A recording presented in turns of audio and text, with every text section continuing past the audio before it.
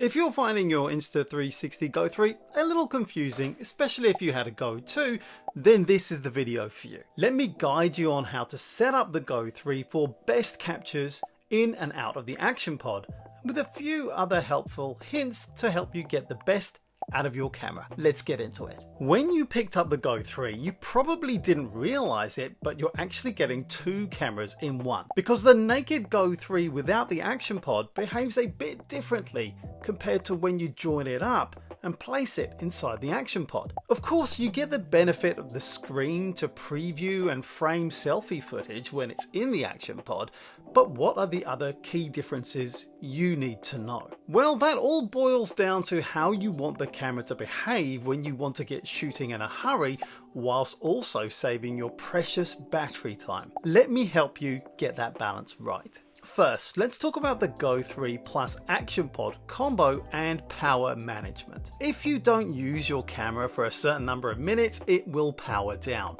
which is great for saving battery. But if you need to capture something quickly, this can be frustrating. To change how long it takes before powering down, swipe down and go across to the settings cog. Go down to auto power off and set it to 15 minutes. You can manually power down by pressing and holding down the power button too. That's also now set for how your naked GO 3 will behave outside the action pod on its own too. On the other hand, you can be a bit too aggressive in trying to save power and find that the GO 3 screen turns off too quickly. By default, the GO 3 screen goes to sleep every 30 seconds, but you can easily tap the screen to bring it back to life. However, I prefer to turn off this feature altogether or extend it.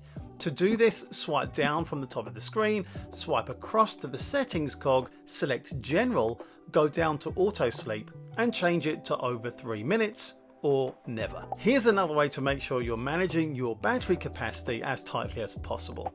You can reduce your screen's brightness by swiping down and tapping on the brightness icon. Alright, that's my sweet spot, striking the balance between having the screen on enough for me to actually use it for my own personal shooting style and making sure that I can start shooting quickly. But if you prefer to keep your camera switched off to save battery life, turn on quick capture. This allows you to press the record button when the camera is off and the camera will turn on and start recording. To turn on quick capture, swipe down and select the icon. Now, quick capture settings controls what happens when you single or double press the camera button when it is in power off mode. It controls the behavior of the naked GO 3 while outside the action pod when you hit that button on that, as well as the record button on the action pod. This also works when you press the record button on the action pod with the GO 3 mounted somewhere else outside the action pod. You can set the shooting mode for quick capture in the settings menu under quick capture settings. To access the quick capture settings on your action pod, swipe down from the top of the screen, then swipe across to the cog settings menu. In quick capture settings, you can choose between single press and double press.